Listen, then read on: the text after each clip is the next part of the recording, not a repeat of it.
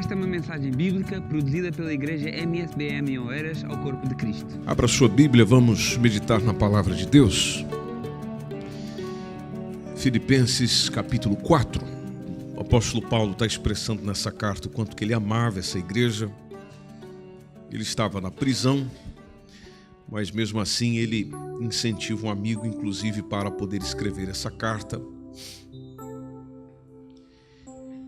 E essa carta tem recomendações fantásticas, mas eu gostaria hoje de centrar com vocês apenas no capítulo 4, versículo 11. Quando a expressão do apóstolo Paulo foi assim: eu não digo isto como por necessidade, porque já aprendi a contentar-me com o que tenho. Tem coisas que nós falamos com as demais pessoas devido à necessidade. Ou seja, falamos da necessidade por necessidade.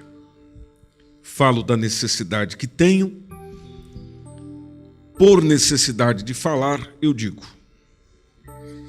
A expressão do apóstolo Paulo nesse texto é afirmando que ele falava aos irmãos aquilo que falava, ou aquilo que dizia. Dessa vez, não por necessidade, mas por gratidão. Tanto que se você observar toda a epístola, você vê um homem sendo grato. Nós aprendemos isso com o apóstolo Paulo.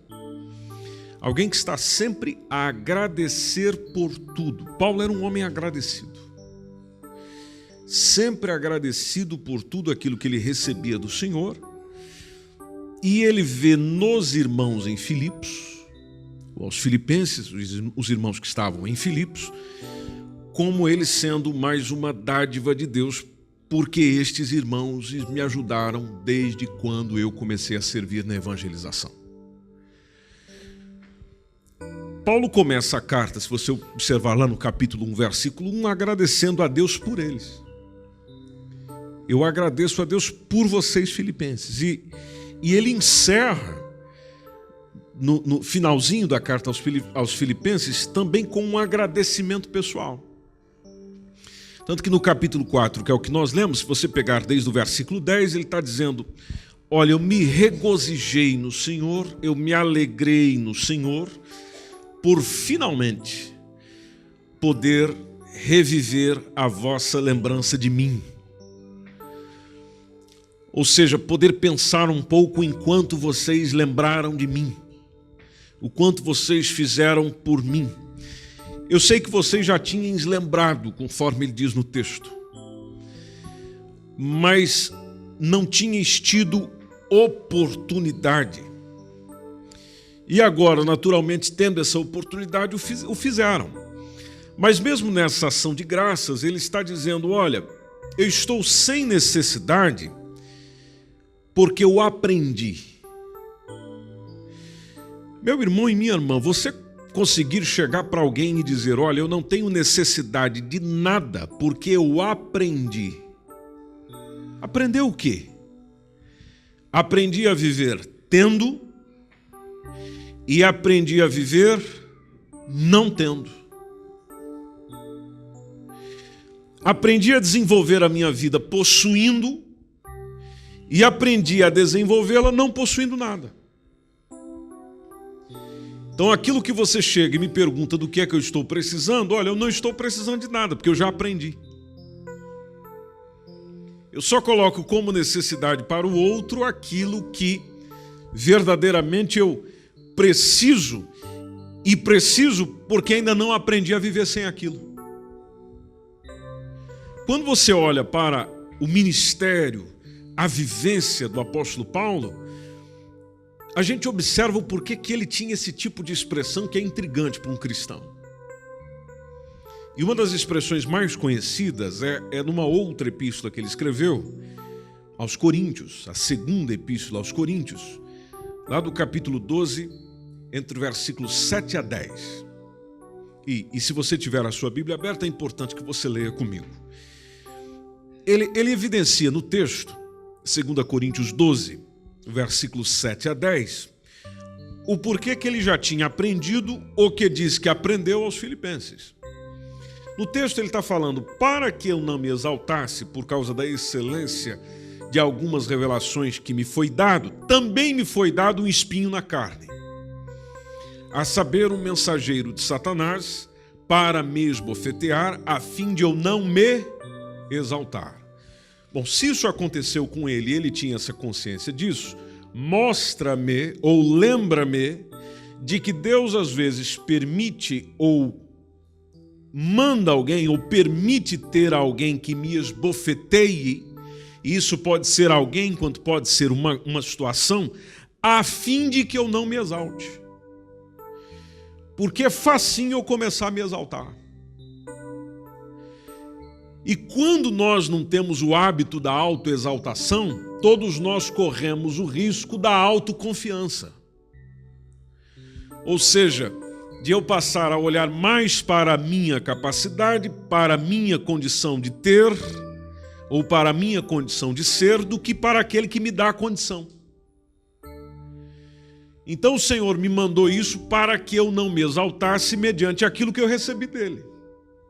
O versículo 8, acerca do qual eu já falei com Deus, inclusive falei 3 vezes, para que ele se desviasse de mim, mas vocês já sabem a consequência que está no versículo 9, o Senhor simplesmente me disse, a minha graça te basta. Ou seja, Deus não vai tirar da minha vida, ou circunstâncias da minha vida, ou dificuldades da minha vida, quando ele permite essas dificuldades para o meu crescimento. Para que eu entenda qual é a graça, para que eu entenda qual é o favor que ele está a derramar sobre mim, que às vezes eu não tenho consciência disso. Então a minha graça te basta. E deixa-me te lembrar de uma coisa, Paulo. O meu poder vai se aperfeiçoando, Paulo, naquilo que você é fraco. Ou seja, o meu poder veio para atender à sua fraqueza. E não o meu poder para atender à sua fortaleza. Outra coisa, Paulo. Nessa situação de o meu poder se aperfeiçoando na sua fraqueza, é que você vai experimentando o meu poder. Eu realmente só posso reconhecer o poder de Deus naquilo que eu não consigo desenvolver.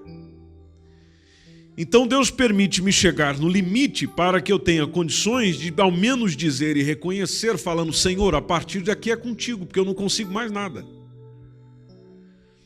Mas eu só me humilho a esse ponto, ou só me coloco nessa condição se eu lá chegar. Aí eu venho para a igreja e digo, Senhor, me livra disso. Senhor, me livra daquilo. Não, Ele não vai te livrar. Se aquilo que Ele está permitindo é para o seu crescimento, para o seu desenvolvimento, para que haja algum poder dEle em mim e em você, Ele não te livrará.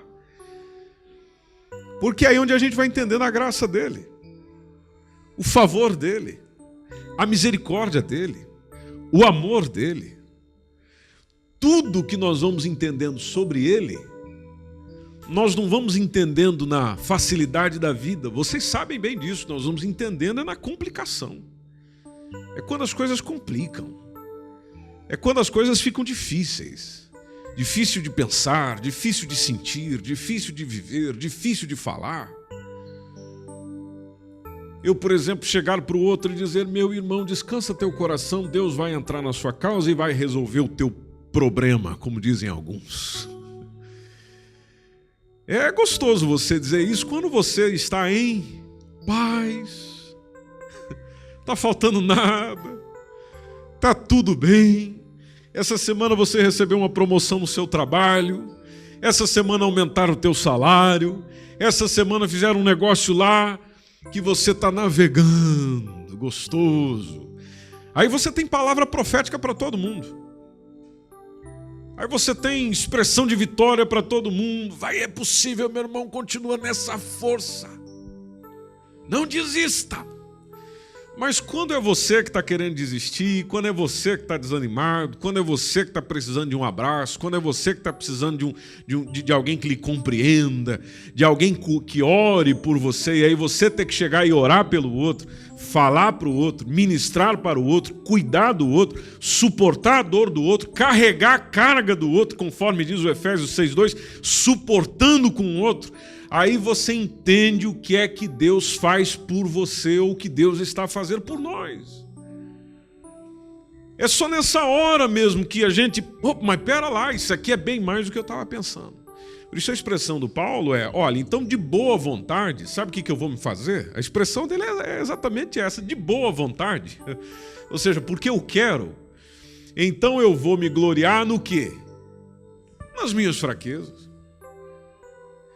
Se eu tiver então que exaltar alguma coisa aqui e me gloriar em alguma coisa aqui, eu vou fazer o seguinte, eu vou aproveitar o melhor momento que eu tenho mais de Deus comigo.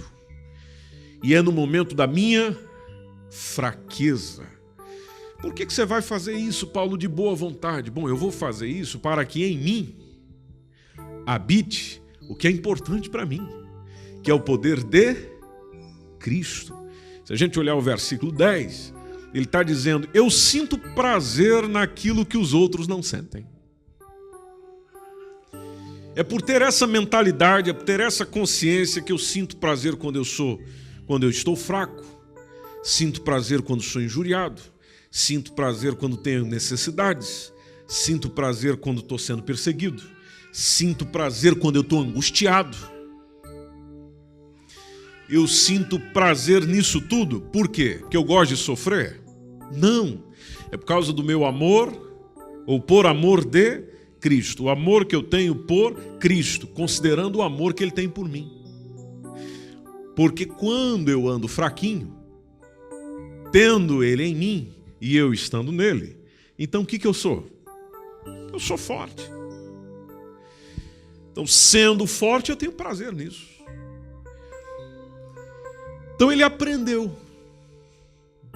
por ter vivenciado essas circunstâncias e vivido essas coisas todas, ele aprende a manter a atenção naquilo que é importante para um cristão.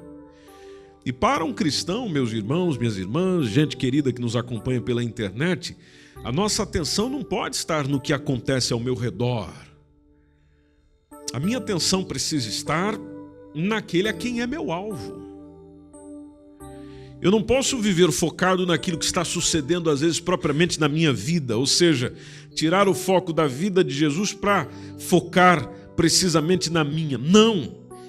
É tirar um pouco os olhos da minha para olhar para Ele. E olhando para Ele, eu sei o que fazer comigo. Olhando para o Senhor, eu sei como tratar comigo. Olhando para o Senhor, eu sei como tratar com o meu pensamento, com o meu sentimento, com as minhas respostas, com os meus projetos, com os meus planos, com tudo da minha vida. Então, nós já ouvimos isso diversas vezes aqui. Por que é que Deus permite crises na minha vida? A boa palavra do Senhor para nós nessa noite de sexta-feira é para eu ser ensinado. Ser ensinado a enfrentar e ser ensinado a vencer. Enfrentar e vencer. E os verdadeiros crentes em Cristo, ou seja, aqueles que professam a sua fé nele, não se intimida diante de perseguição, diante de tribulação e diante de crise. Porque se a crise, por exemplo, rouba a alegria, então a alegria que eu tinha não era verdadeira em Cristo, não era de estar em Cristo, não era de viver para Cristo. A alegria que eu tinha era por ter as coisas que eu tinha. Então eu reclamo lá com Deus porque antes eu tinha o carro, agora eu não tenho. Aí eu perdi a alegria. Eu reclamo com Deus porque antes eu tinha aquela condição, hoje eu não tenho. Aí por causa disso eu perdi a alegria. Eu tinha comunhão com aquela pessoa, hoje eu não tenho. Aí eu acabo perdendo a comunhão com Deus por considerar demasiadamente a comunhão com aquela pessoa. E como ouvi uma irmã dizendo hoje, nós precisamos aprender a lidar com as ausências da vida. Uma das coisas que o Senhor foi mostrando precisamente aos seus profetas é: você precisa aprender a viver sozinho. Porque quem caminhou com você não está caminhando hoje, quem está caminhando com você não caminhará amanhã. Logo, eu não posso estar apegado a pessoas, a gente, depender de gente para ter alguma alegria. Não. A alegria que eu tenho, eu partilho com os outros, mas eu não preciso dos outros para ter alguma alegria. Esse é o chamado do Senhor, de Ele ser a razão da alegria. E uma coisa que a gente percebe em Paulo, com essa mentalidade que ele tinha, é de viver rejeitando a autopiedade. É complicado você conviver com pessoas autopiedosas, ou seja, daquela tem uma compaixão em relação a si mesmo, os seus próprios problemas, os seus desgostos, as suas decepções, é tudo nela. É aquilo que eu já partilhei um pouco com vocês aqui, de quando nós estamos numa conversa e aí as pessoas começam a partilhar o seu problema, a sua dificuldade, aí chega alguém lá e diz: e eu então? Esse eu então quer dizer, eu estou sofrendo mais do que vocês. E eu então, que estou passando por isso, por aquilo. Não, isso não é nada, menino, isso não é nada, menino. E eu? E eu? E aí entra naquela autocomiseração. Você encontra com a pessoa está sempre falando só do seu problema, só da sua situação, é só do seu. E não existe um movimento nela mesmo para ser menos compassiva consigo e mais compassiva com os outros. Porque é na compaixão com o outro ou pelo outro que, na verdade, eu vou descobrindo um pouco mais a alegria de viver. A autopiedade é sinônimo do coitadismo, o vitimismo. Aquela pessoa que ela é sempre a vítima, meu irmão. Ela é sempre a vítima. E a autopiedade, isso é muito importante que nós entendamos isso para deixar o Evangelho transformar o nosso coração. A autopiedade potencia a passividade, por isso que isso não é bom. Porque eu fico louvando a dificuldade, louvando o problema, exaltando o problema, glorificando o problema, dando mais importância ao desafio, dando mais importância àquilo que está vivendo. Eu só olho para o obstáculo, eu só olho para a contrariedade, eu só olho para o contratempo, eu só olho para a complexidade, eu só olho para a complicação. E é como disse certa vez o Winston Churchill. Ele teve uma expressão fantástica dizendo que o pessimista vê dificuldade em cada oportunidade. A vantagem do otimista, porque o otimista seria o oposto do pessimista, já o otimista vê oportunidade em cada dificuldade. E você já deve ter encontrado com pessoas assim. Talvez na sua memória esteja o seguinte pensamento: pastor, eu sou assim. Eu já encontrei pessoas assim porque eu sou assim. Um louvor à dificuldade. Quando eu, como discípulo de Jesus, não fui convidado para louvar dificuldades. Eu não fui chamado para exaltar contratempos. Eu não fui chamado para exaltar problema. Nós servimos ao Senhor para superar os nossos problemas e saber que problema na vida de um cristão é natural. Natural. Não tem nada de errado nisso. Não tem nada de errado com aflição na vida do cristão. Porque no mundo tereis aflições. Então não tem nada de errado, não tem nenhum problema acontecendo consigo quando o problema é aflição, porque esse é um problema comum, natural, normal. O anormal seria o problema estar retendo você, que serve um Senhor Todo-Poderoso, um Jesus que aprende a viver e que aprende a vencer qualquer tipo de problema, inclusive no mundo onde a gente tem aflição. Essa foi a expressão dele. Tem de bom ânimo. Eu venci. Eu venci o mundo. Eu venci o mundo com as aflições que ele tem. Então, o que acontece conosco? Esse é um risco que eu corro, vocês também. É que nós esquecemos que na caminhada cristã é a dificuldade que faz melhorar a qualidade. Eu me torno melhor cristão com problema. Por isso que eu deveria abrir os braços e dizer sejam bem-vindas dificuldades, porque eu vou crescer com isso. Eu vou melhorar com isso. Eu vou ser aperfeiçoado nisso.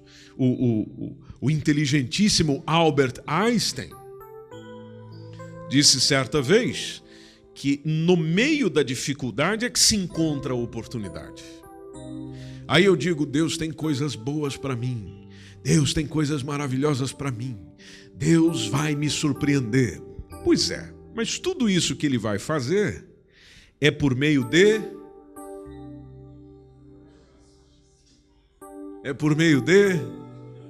dificuldade.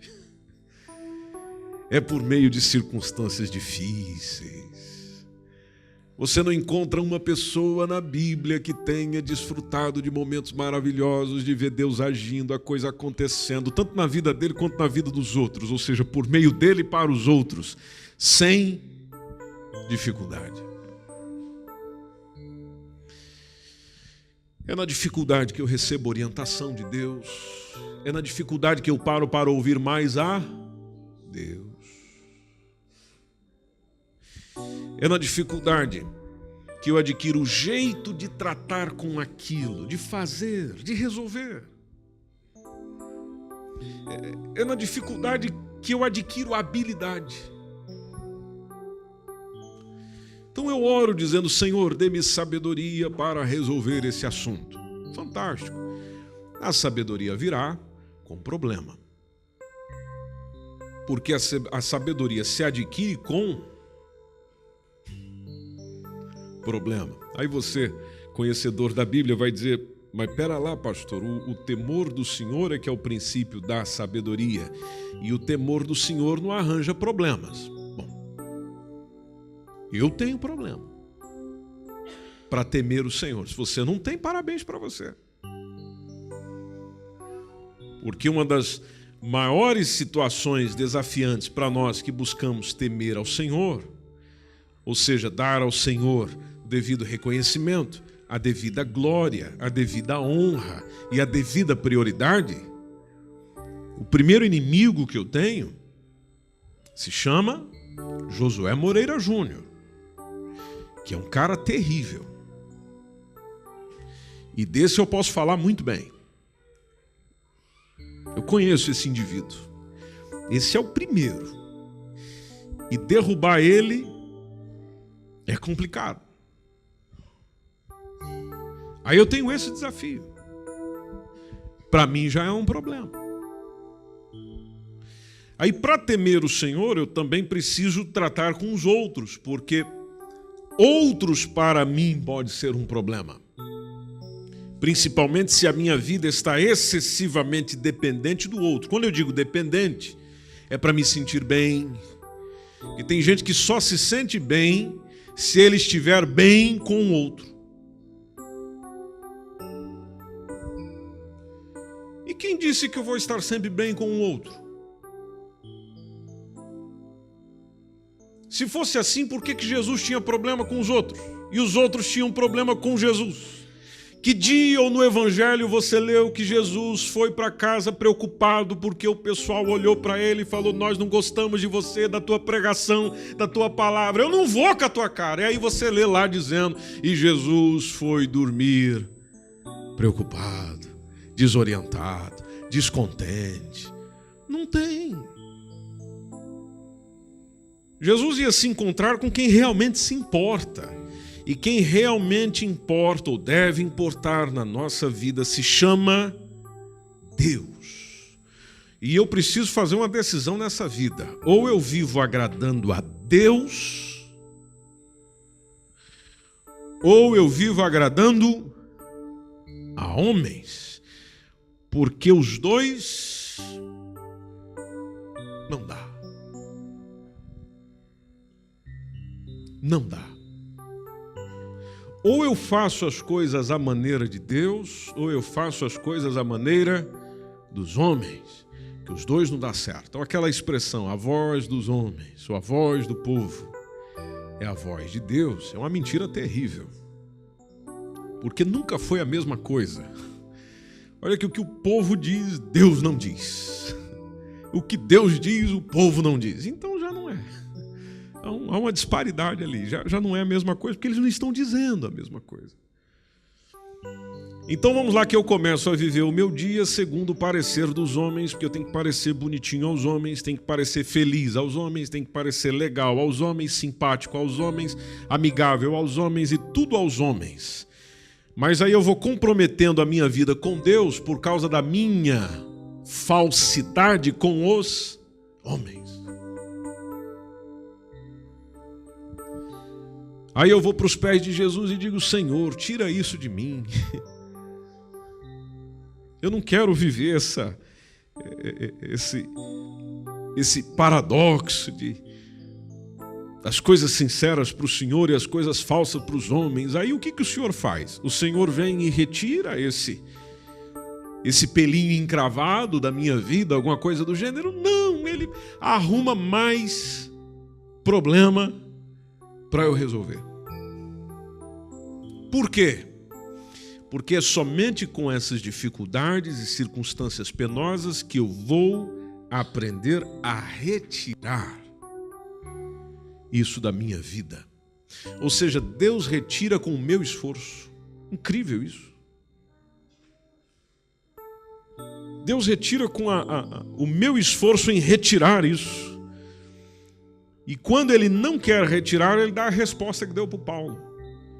A minha graça te basta, mas eu não vou tirar.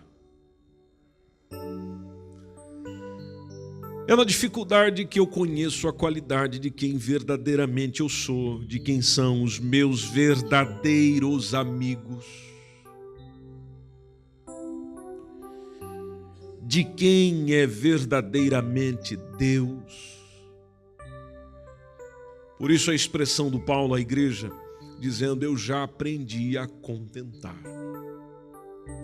Aí lá no versículo 12, se você voltar em Filipenses 4:12, ele está dizendo, eu sei estar abatido.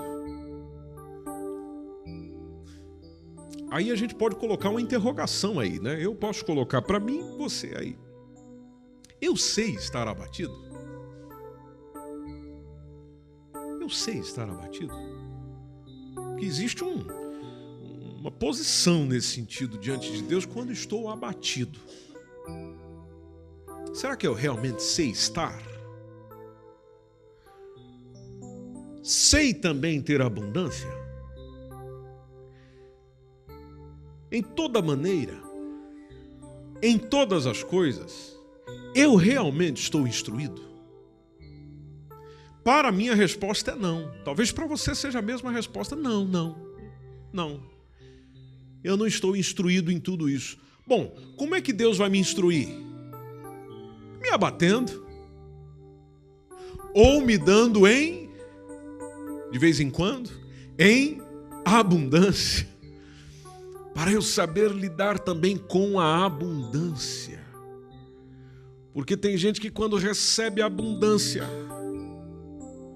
faz tudo errado.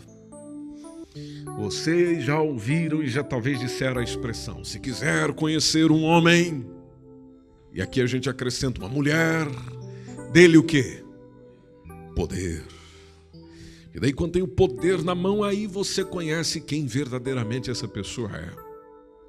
Então, isso a gente pode aplicar dentro da abundância, porque poder nos lembra abundância. Tem poder de decisão, poder de mandar, poder de desmandar. Você pode. Eu realmente sei, em toda maneira, em todas as coisas, estou instruído nisso. Continuando o texto, ter fartura ter fome,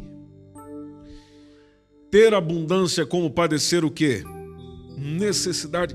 Eu realmente sei, e quando a gente vai para o significado da palavra sei tem o mesmo que alcanço, eu alcancei, eu compreendo, eu conheço, eu considero, eu consigo. Por isso que o versículo 13, que é um dos versículos mais conhecidos na Bíblia, o apóstolo Paulo diz, olha, por eu saber, por eu compreender, por eu conhecer isso tudo, por já ter aprendido a lidar com as diversas situações da vida, então eu posso todas. Posso todas as coisas, mas atenção, eu não estou sozinho. Eu tenho alguém que me fortalece. Alguém que me fortalece. Ou seja, ele adquiriu poder, ele possuiu a capacidade dentro da oportunidade que foi tendo na vida, porque aprendeu. Pode porque aprendeu. E só quem aprendeu passar por tudo é que pode tudo. Amém? Só quem aprendeu a passar por tudo é que pode tudo. E a igreja de Filipos quis fazer parte das aflições de Paulo, que é uma coisa linda. Uma igreja local querendo fazer parte das aflições do apóstolo. Que ele chega no versículo 14 e diz, olha, vocês fizeram bem em tomar parte na minha aflição. Que coisa linda vocês fizeram. Apesar de eu não depender disso, mas o que vocês fizeram é maravilhoso. Tanto que no versículo 15 ele diz, olha, vocês sabem, Filipenses, lá no princípio do Evangelho, quando eu parti da Macedônia, lembra disso? Nenhuma igreja comunicou comigo. Eu fui literalmente esquecido. Nenhuma igreja comunicou comigo com relação a dar. Nenhuma igreja comunicou comigo com relação ao quê? Receber. Mas vocês foram diferentes. Tanto que ele diz no finalzinho do texto, senão vós somente.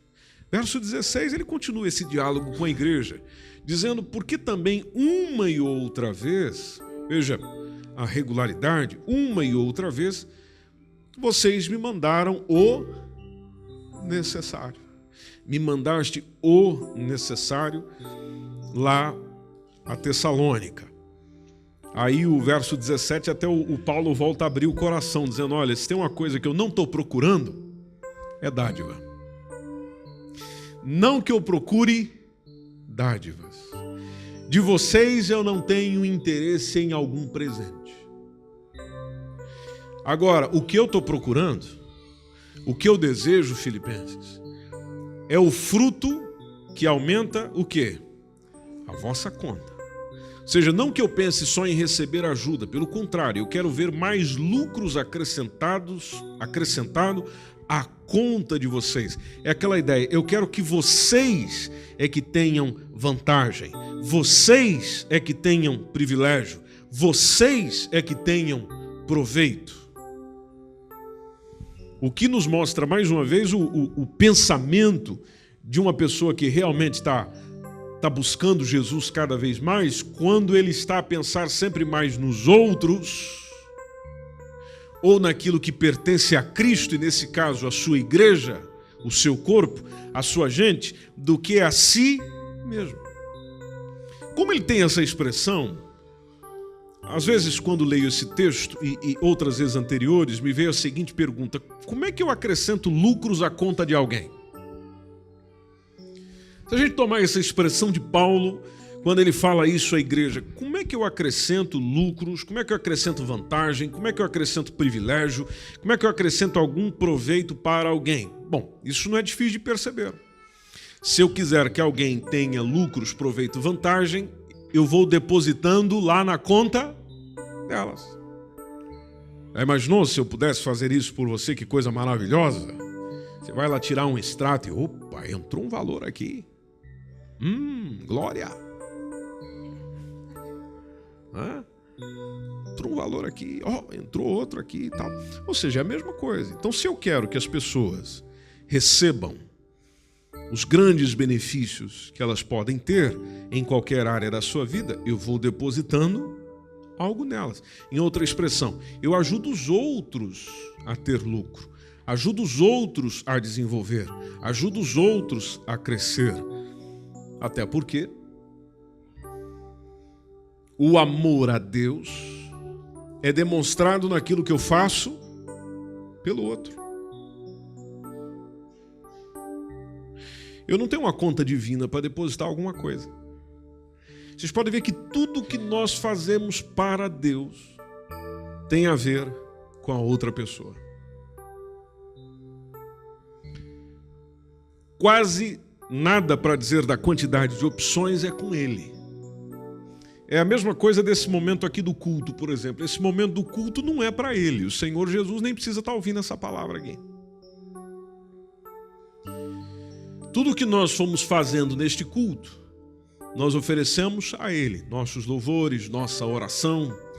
Mas você pode perceber que nos nossos louvores, naquilo que as meninas vieram aqui à frente e nos conduziram na adoração, elas fizeram em louvor a Deus, mas fizeram também para nós. Para nós o quê? Para nós nos orientarmos no cântico. Já imaginou se cada um de nós aqui quisesse, decidisse no coração que música eu vou cantar agora e aí o líder do louvor chegava e dizia: fiquem à vontade, canta a música que você quiser cantar. Isso aqui era uma bagunça. Aí tem uns que têm uma voz mais forte do que o do outro, e ia começar aquela competição, eu quero que a minha música apareça, ou seja, elas nos conduzem na conformidade de uma canção, de uma letra, de uma melodia, para que junto com elas, então elas fazem louvor a Deus, mas também estão fazendo para nós. Alguém que vem e ora, mesmo processo, mesma coisa, a oração está a ser para Deus, mas de certa forma também orienta a nossa oração. Por quê? Porque tem pessoas que ele prefere não orar junto com o outro, ele prefere ir concordando com a oração de alguém. Uma pessoa fica ali, é mesmo Jesus, é isso aí, Senhor, Pois é, mas ela está dando essa resposta mediante a oração do outro, da pessoa que está a conduzir a oração. Então está a fazer a Deus, mas também está a fazer para mim. Então, tudo tem a ver com o outro. A alegria que eu desfruto com o outro. Chorar com os que choram é com o outro. Carregar a carga do outro. Suportar o outro. Amar o outro. Cuidar do outro. Está tudo relacionado ao outro. Fazendo ao outro, eu vou fazendo para o Senhor. Então, o que a igreja fez? A igreja investiu no Paulo. Vamos investir nesse indivíduo, porque a intenção dele é boa. Nós acreditamos nele e a gente só investe naquilo que acredita. Então nós vamos depositando para ele alguma coisinha lá para ir atendendo às suas necessidades. Mas interessante que no versículo 18, Paulo, já agradecendo por tudo isso, já reconhecendo tudo isso, no verso 18 ele diz: olha, eu tenho recebido de vocês bastante e eu tenho abundância, eu estou cheio. Onde a expressão do texto, cheio estou. Inclusive depois que eu recebi lá do irmão Epafrodito, olha que nome lindo, o que da vossa parte me foi enviado, o irmão Epafro, chegou aqui e me entregou aquilo que vocês enviaram, como, olha como é que ele recebe isso, como cheiro de suavidade e sacrifício agradável e aprazível a Deus. Eu sei que vocês estão a fazer isso não por causa de mim, vocês estão a entregar a mim, mas vocês estão a fazer isso por causa da vossa oferta a Deus. E ele olha para a igreja e reconhece isso na igreja. Inclusive, quando a gente estuda sobre o Epafrodito é um modelo de crente servidor. Tem muita gente que é como o crente Epafrodito.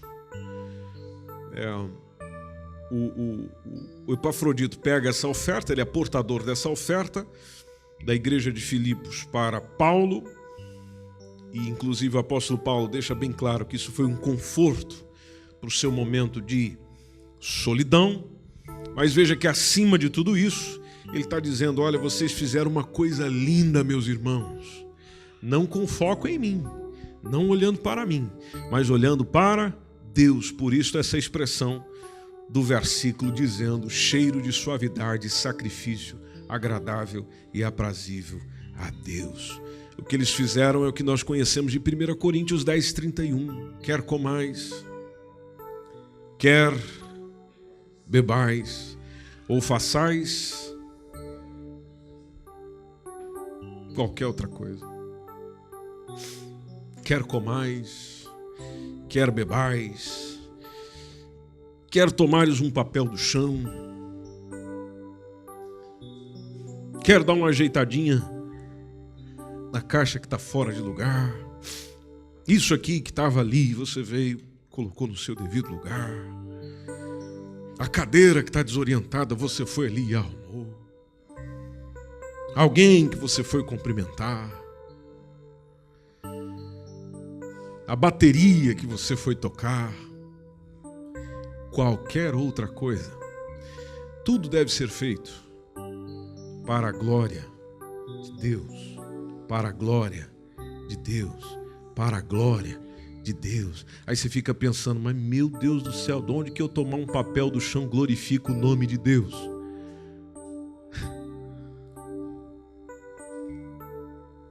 Onde que eu arrumar um negócio ali glorifico o nome de Deus?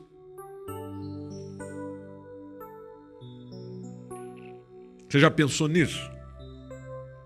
Onde é que essas coisas simples glorificam o nome do Senhor? Deus é glorificado no quê? Eu não vou ter nenhum irmão chegando do meu lado dizendo, oh, aleluia, ele pegou o papel do chão.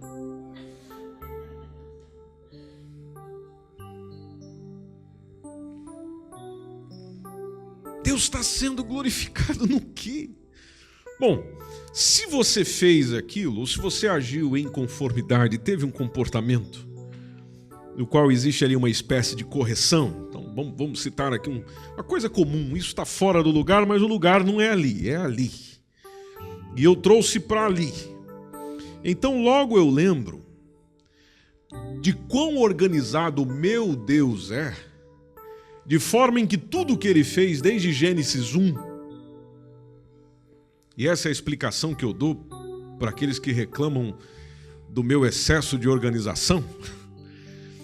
Poxa vida, eu sirvo um Deus organizadíssimo. No dia 1 foi feita uma coisa, no dia 2 foi feita outra coisa, no dia 3 foi feita outra coisa, no dia 4, 5, 6 a mesma coisa. Dia 7 ele se organizou para descansar. Essa eu estou com dificuldade de fazer até hoje, mas estou tentando. Se organizou para descansar. Vem o povo de Israel e ele organiza. Olha, tantas tribos vão ficar ao oeste e leste, vão ficar essas aqui. Ao norte, essas aqui. Ou seja, ele lista. Pode ver que ele é sempre assim. Ao sul são essas, não é aquela, não, são essas aqui. O tabernáculo no meio. O pessoal da tribo de Levi vai ficar ao redor ali. Eles têm que cuidar, então eles têm que ficar ali. Veja o nível de excelência organizacional do Deus a quem a gente serve. Então um crente desorganizado, onde é tudo feito na... Vamos fazendo, meu irmão. Isso é para ir fazendo. De qualquer jeito vale, de qualquer forma vale. Não, pelo amor de Deus, não faz sentido. Não faz sentido. Tem algum negócio aí que não está sentindo, não está dando certo. Tem algum ensino ainda que não foi pego dele. Até Jesus, para realizar milagre, organizou o pessoal. Jesus precisava organizar o pessoal para realizar milagre. Ah, não, coloca um grupinho aqui de tanto, um grupinho aqui, separa por tantos. Aí os discípulos, antes do pessoal comer o pãozinho, vamos nos organizar. Tudo organizado. Jesus, quando foi ministrar a ceia, ou instituir a ceia, ou a última Páscoa que ele ia comer com seus discípulos, ele já tinha tudo organizado. Que ele chegou para 2 dos seus discípulos e falou, olha, vocês vão chegar lá e vocês vão encontrar um homem, vocês vão seguir esse homem, e quando vocês chegarem lá na casa, vocês dizem, olha, nós viemos aqui para organizar o local que o mestre já... Veja, tudo organizado. Então, se ele é um Deus de ordem, que eu preciso ser? Alguém que também preza por ordem. O apóstolo Paulo tinha uma mentalidade com relação a isso, que quando ele foi orientar uma igreja que era maravilhosa, que é a igreja de Corinto, onde o Espírito Santo descia. Mas pensa numa igreja pentecostal, meu irmão. Era línguas estranhas, era dons, é gente profetizando, era aquela coisa. O Paulo falou, vamos parar com isso aí? Não. O que ele chega fazendo é, vamos colocar ordem nisso aqui. E a primeira coisa, e quando ele está tratado no capítulo 12, aí no capítulo 13, antes de organizar essa parte da igreja que andava um pouco conturbada, ele falou sobre o amor. Amor. Falou, o amor é o mais excelente, então vamos colocar ele lá no topo. Já que nós estamos organizando, não esqueçam do amor. Aí trouxe aquele hino do amor, explicou o que é o amor, que é uma coisa fantástica. Agora vamos falar de língua estranha, vamos falar de profecia, vamos falar dessa bagunça aí. Vamos falar dessas coisas que estão acontecendo aí, que vocês não estão sabendo gerir muito bem. Mas eu não quero que vocês esqueçam do amor. Comais, bebais, façais qualquer outra coisa. Lula estava brincando aqui antes do culto começar, dizendo que o Natal para nós é um perigo, porque no Natal a gente come pra caramba. Foi assim com todos nós, meus irmãos. Amém. Aleluia. Deus foi glorificado no seu Natal. Com aquilo que você comeu, com aquilo que você bebeu. Hoje é Natal, hoje eu vou tomar aqui umas coisinhas a mais.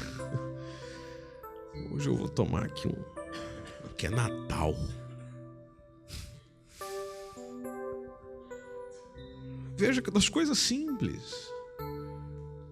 Então, logo tudo que eu fizer dentro do contexto bíblico, meus irmãos, é importante que nós compreendamos isso. Eu tenho que fazer como se estivesse fazendo a Deus.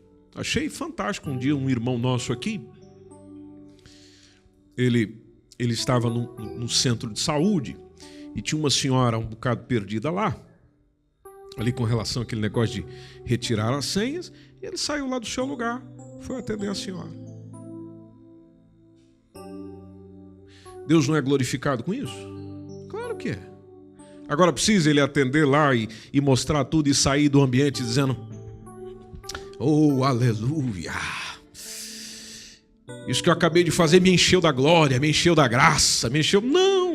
Não precisa, mas você sabe que a sensação que a gente sente, poxa vida, o que eu fiz era o que Jesus faria se ele tivesse aqui. O socorro que eu dei para essa pessoa, o que eu resolvi, o que eu fiz aqui, era o que ele faria se ele estivesse aqui. Colossenses capítulo 3, permita-me ler esse texto com vocês. Tem algumas coisas que às vezes nós vamos nos esquecendo, e se esquecermos delas, esqueceremos de glorificar o nosso Senhor com aquilo que nós fazemos. Veja, por exemplo, Colossenses capítulo 3, versículo 18. Vós, mulheres,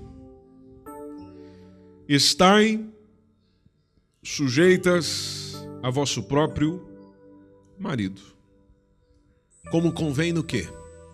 No Senhor. Olha a mensagem. Como convém no Senhor. Ou seja, você faz isso por causa do seu compromisso com o Senhor. Verso 19. Vós, maridos, amai a vossa mulher e não vos irriteis contra ela. Quantos de nós, maridos, já ficamos irritados contra ela? Pecamos. Aí eu e você vamos chegar e vamos dizer, mas eu tenho razão. Tá bem.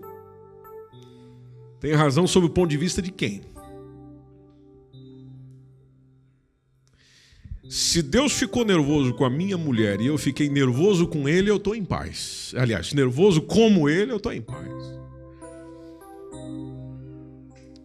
Porque pelo menos eu acompanhei ele no seu nervosismo. Se é que Deus fica nervoso algum dia. Vocês estão entendendo o que eu estou querendo dizer?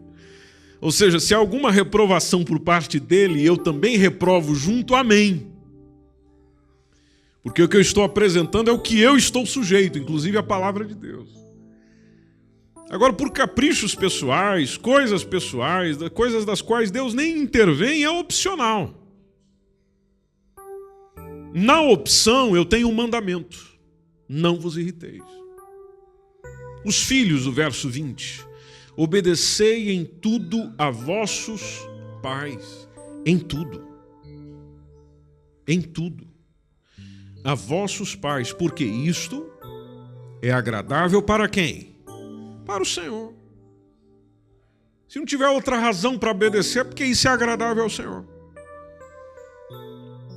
Pais, verso 21, não irriteis aos vossos filhos, para que eles não percam o quê?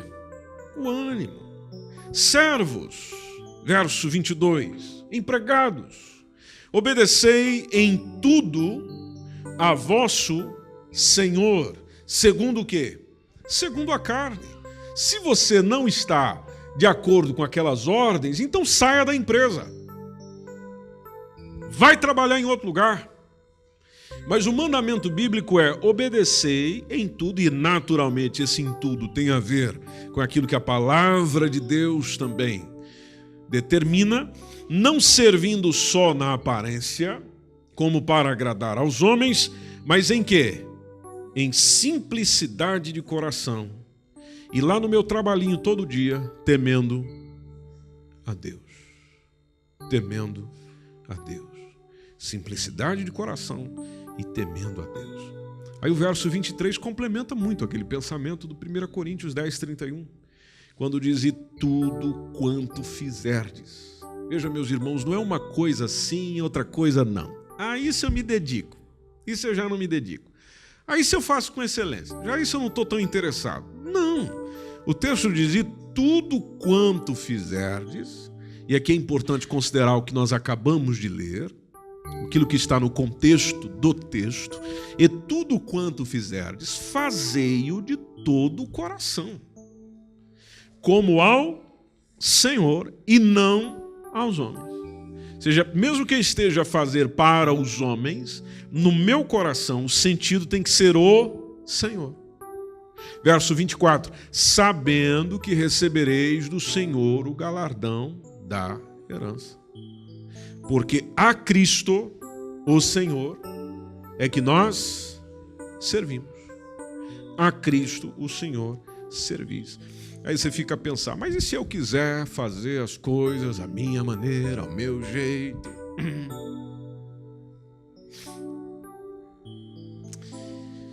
Aí o verso 25 diz que quem fizer agravo, receberá o agravo que fizer. Alguém tem alguma outra versão aí? Fizer o mal, fizer o quê? Injustiça, vai receber o quê? O mal. Por isso, às vezes, tem coisas que nós estamos vivendo, ou que irmãos nossos estão vivendo, ou que as pessoas estão vivendo, que é simplesmente consequência do que fizeram, ou do que estão fazendo. Quem fizer agravo, receberá o agravo que fizer. Quem fizer a injustiça, receberá a injustiça que fizer. Quem fizer o mal, receberá o mal que fizer. Pois não há acepção de pessoas. Outras versões dizem o quê? Contrário de acepção? Não há favoritismo. Favoritismo. Interessantíssimo isso. Aos homens, o que eu faço? Bom, o que eu faço aos homens depende do princípio de Mateus 7,12. Eu vou fazer a todas as pessoas o que eu quero que elas façam a mim. Nada mais, nada menos. Mateus 7,12 diz tudo. Isso aqui é as palavras do nosso Senhor dentro do sermão do monte: tudo o que vós quereis que os homens vos façam, fazei-lhe também vós. E atenção, quando eu estou fazendo isso, eu estou cumprindo Bíblia. Porque Jesus acrescentou dizendo: essa é a lei e os profetas. É isso aí. O que eu acho interessante em Jesus é que ele sintetiza aquilo que às vezes é complicado para nós ficar entendendo, tanto preceito, tanta coisa.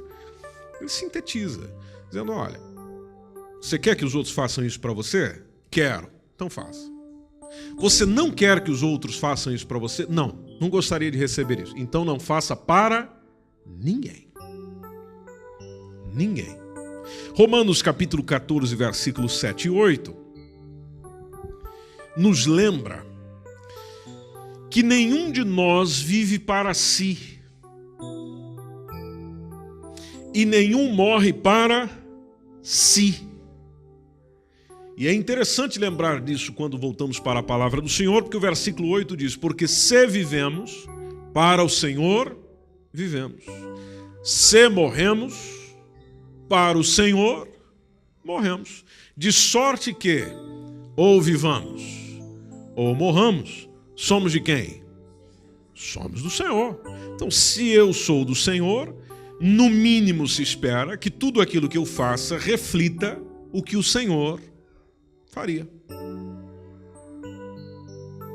Eu sei que isso é o ensino básico do discipulado cristão, mas precisa ser lembrado para que nós voltemos às bases. Voltemos ao princípio daquilo que nunca pode ser esquecido. E o Filipenses lá 4:19, aqui nós já vamos para a nossa conclusão.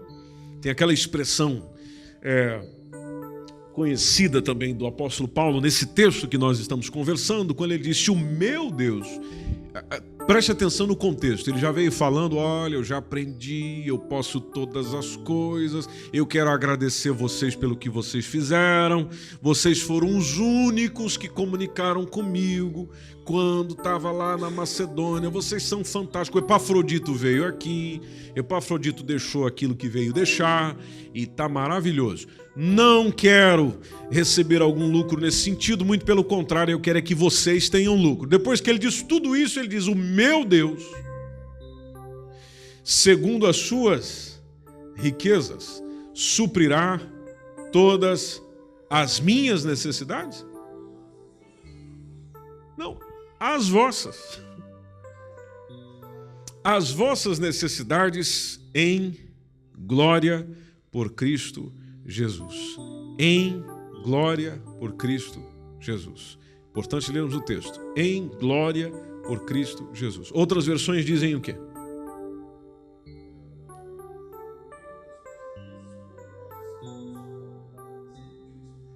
Olha só. Por meio das riquezas gloriosas que nos foi dada, aonde? Em Cristo. Por Cristo. Eu não posso pegar esse texto e alterar para o sentido de riquezas humanas. É as riquezas celestiais. Riquezas celestiais.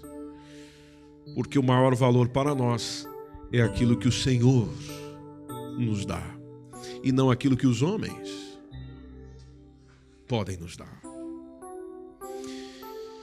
Quem dentre nós aqui, meus irmãos, não está passando por uma crise? Só muda a área da vida. Uns crise emocional, outros crise financeira, outros crise espiritual, outros em crise familiar, outros em crise conjugal, crise relacional, crises. Em algum momento da nossa vida, todos nós temos crises. A sua crise hoje pode começar a deixar de o ser conforme a mentalidade que você vai adquirindo naquilo que você é e naquilo que você tem em Cristo Jesus. Em Cristo Jesus. Quem eu sou em Cristo Jesus? O que eu tenho em Cristo Jesus? É muito importante que você tenha resposta para essas perguntas, porque isso lhe ajuda a vencer crises. A crise da firmeza espiritual, porque o que eu mais percebo hoje é essa. Tem gente que tem uma dificuldade para firmar na fé, para firmar espiritualmente. Então nós estamos vivendo, a nível de igreja, crise da firmeza espiritual, crise da desarmonia.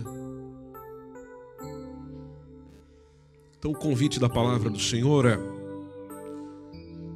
eu aprender com as crises a ser bem-sucedido.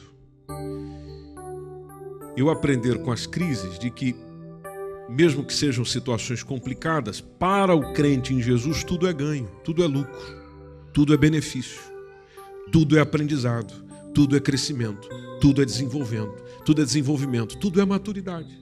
Eu estou amadurecendo.